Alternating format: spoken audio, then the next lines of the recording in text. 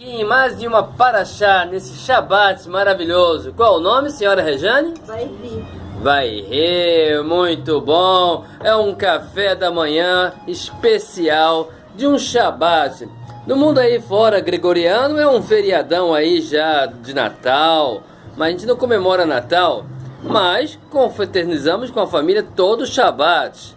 De qualquer forma, tem um café da manhã especial com o senhor Esdras Vinícius, o senhor Atos Baruch e o senhor Yaron, senhora Rejane e eu que estou aqui do outro lado. Depois eu vou aparecer aí. Bom, vamos começar aí com o senhor Atos Baruch. Senhor Atos Baruch, você poderia me falar um pouco sobre os seus jogos? Como estão os seus jogos referentes lá no Facebook ou no YouTube? Como é que são esses jogos? O que você tem a falar? Bem, muitos jogos são muito estilo Battle Royale, muitos devem conhecer. Battle Royale são 100 pessoas, tem que sobreviver numa ilha, tal. Aí você tem que sobreviver só um jogador. Recomendo você jogar de Fortnite ou PUBG. Na minha opinião, Fortnite é melhor. Muito bom. Eu não entendo nada de jogo, mas deve ser legal. Claro. E aí, sobre esse feriadão chamado Natal, o que você tem a falar? Bem, nós não comemoramos Natal, nossa família Rodrigues, porque somos judeus. E Natal não comemora. Esqueci que eles demais. Exatamente, nós não comemoramos Natal, não temos comprometimento com essa festa, mas na festa chamada Ano Novo Gregoriano estamos aí festejando, não festejando a festa em si, mas a passagem do mais um ano junto com a família. E o senhor Yaron, fiquei sabendo que o senhor se amarra em música, é verdade? Sim. Qual tipo de música que o senhor gosta? Eu gosto de muito rock. Rock? Sim. Que tipo de rock, senhor Yaron? Rock Boy, Liga Pound e outras coisas, etc. Muito bom, passou de ano, fiquei sabendo, é verdade? Passei muito de ano. Eita, passou de ano. Bom, senhor Yaron, foi muito bom estar aqui. E o café da manhã, tá legal? Tá bom. Certo, e a senhora Rejane está aqui do nosso lado. Tem alguma coisa a falar? Assim, referente a esse feriadão aí, que passa aí fora. A gente não comemora, mas as pessoas que comemoram, eu desejo para vocês boas festas, né? Comam bastante comida, que nessa época as comidas são deliciosas. E é isso, para as pessoas que comemoram o Natal, bom feriado. Bom feriado, realmente, um feriadão aí. E o senhor Esdras Vinícius, como é que tá a política? Como estão os batidores? O que você traz de novo pra gente? Olha, essa semana foi semana tipo assim, aquilo que aquele cara falando dentro da Lewandowski faria mais do que sentido. O STF é uma vergonha. Que olha, eles por pouco não soltam quase 170 mil presos. Isso tudo pra querer o quê? Soltar o Lula. Foi basicamente assim. O Marco Aurélio de Mello, ele, ministro do STF, ele, no último dia antes do recesso, ele soltou uma liminar onde ele deixaria livre os presos que, acho que, se não me engano, não foram condenados acho que até quarta instância, se não me engano. Aí, bom, isso seria o quê? Para soltar o Lula, soltaria um monte de gente e tal. Aí agora, o que aconteceu? O presidente do STF, Dias Toffoli, ele vetou. E bom, o Lula ele ficou naquilo. Eu vou sair hoje? Não vou. Ou seja, eles falam que não, era para poder soltar quem estava preso, disso, ganhar um indulto a mais e tal. Mas na verdade, o objetivo em si era soltar o Lula. Não importa que eles tenham que soltar, fazer uma fuga expressiva em massa.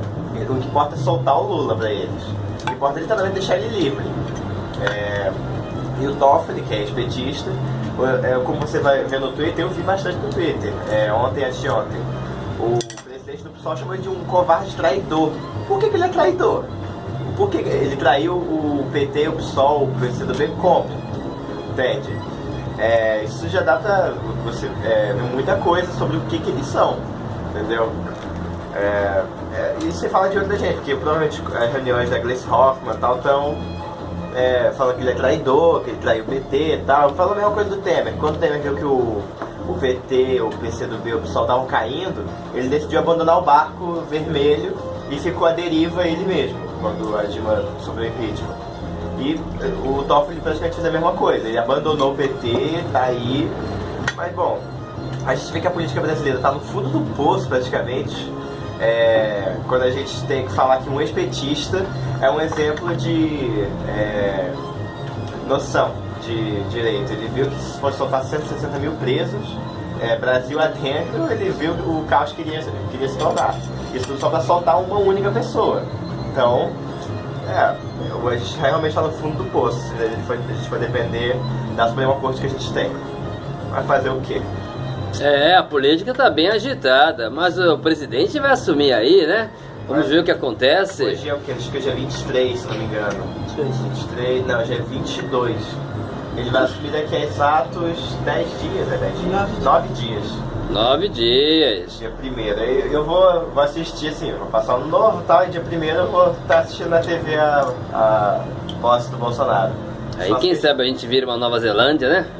O que em cima de Nova Zelândia? Ó, Nova Zelândia. Eu tenho exemplos melhores de liberdade econômica. Nova Zelândia é um bom exemplo, mas tem Singapura, Irlanda, Hong Kong, Japão. Até a Arábia. Os Emirados Árabes, eles têm uma liberdade econômica absurda.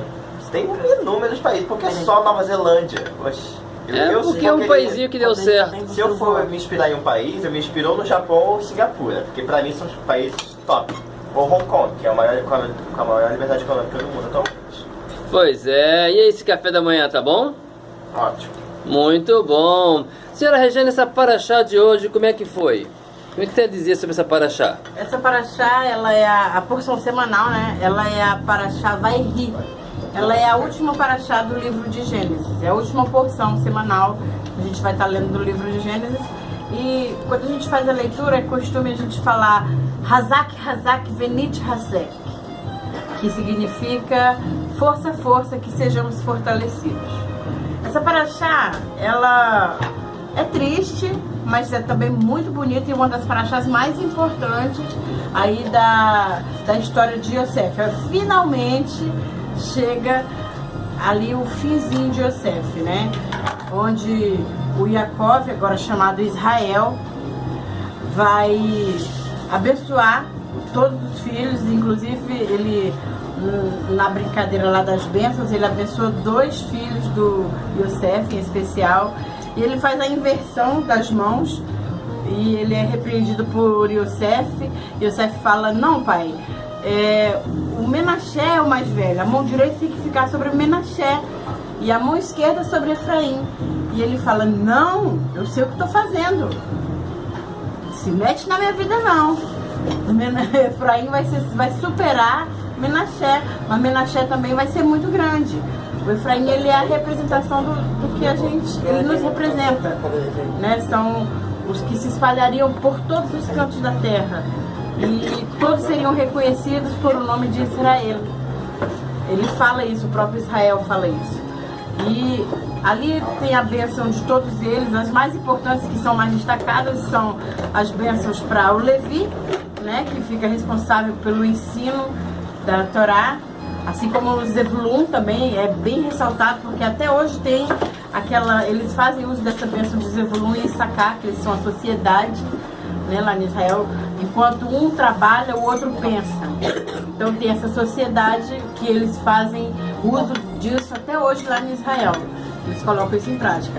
Você trabalha e eu penso por você. Então os dois juntos, um trabalhando e um pensando, a coisa dá muito certo. São muito amigos sempre. E tem a bênção mais importante, que é a grande bênção da promessa do Mashiach, do Rei Leão, né, do leãozão. Na verdade é um leãozinho, mas a gente retrata como um grande leão, que é o Mashiach. O Mashiach ele descende de Judá, ou Yehudá, assim como o rei Davi descendeu de Yehudá, era da tribo de Yehudá. E aí, com isso, depois dessa bênção, tem mais algumas outras bênçãos, que vai entrar a bênção de Dan, Naftali, Gad e todos os outros. Ruvém foi o primeiro, né, que é o Rubem. E assim, ele faz um pedido final antes de falecer, que é para sepultarem ele em Ramacpela, lá em Efron, lá em Canaã. E o Yosef jura, ele jura ali pro pai dele que vai levar o corpo dele. Aí tem o embalsamamento dele, que é retratado em 40 dias, o corpo dele foi levado para ser embalsamado, e durante 70 dias o Egito chorou. O Egito amava Yaakov por ser o pai do grande Yosef, né? E sabiam que todo aquele poder que Yosef exercia era por ter sido educado, ter recebido a criação de Yaakov.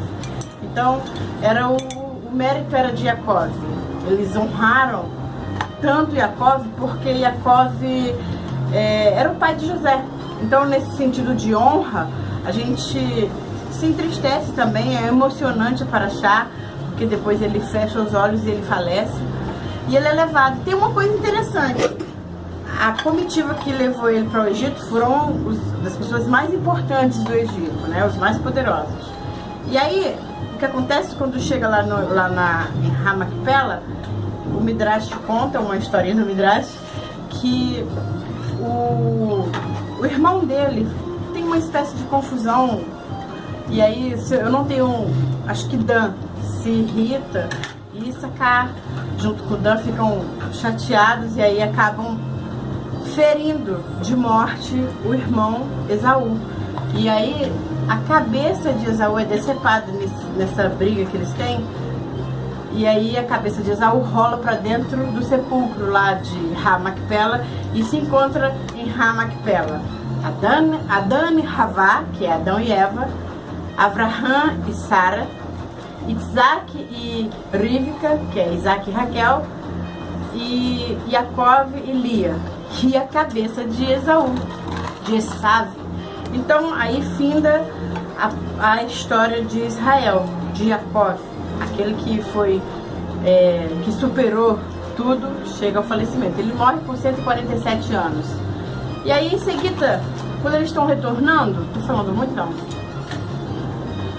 E aí quando eles estão retornando, eles têm aquela preocupação, os 11 irmãos, né? Os 11 não, os 10 irmãos, de que, poxa, a gente vendeu Yosef, será que ele vai ficar chateado com a gente? E Yosef se ofende com esse pensamento, porque ele já tinha dado prova de que tinha perdoado os irmãos, de que havia tido perdão, né? Até porque foi um pedido do pai que não guardasse rancor. E aí ele promete que vai proteger os irmãos e vai cuidar dos irmãos enquanto ele viver. Mas ele faz um pedido que eu já até comentei semana passada. Ele pede: se lembrem de mim, né? Dá a entender que ele sabia que morreria, que seria o primeiro dos 12 irmãos a falecer. E ele falece com 110 anos. Mas antes de falecer, todos juraram que levariam o corpo dele até Israel, para descansar na terra prometida, que era a terra de Avraham, Isaac e Jacob, dando assim a entender que é a casa da vida. Ele precisa descansar onde tem vida, que é lá em Israel. De tempo em tempo, até acho que ano passado o túmulo dele foi profanado. Tem sempre as pessoas vão lá, queimam o túmulo dele, acham isso um absurdo, mas ele está descansando até hoje em Israel, né? O nosso amado e querido e doce Yosef. Essa é a história dele. E tem a bênção de Efraim, que é uma das mais importantes na minha opinião, porque é por Efraim que nós estamos aqui hoje lidando com o Torá, abraçando esse estilo de vida, né? Mantendo tradições que a gente nem sabe por que faz, mas aí a gente depois descobre que é porque somos descendentes, carregamos o DNA de Abraão.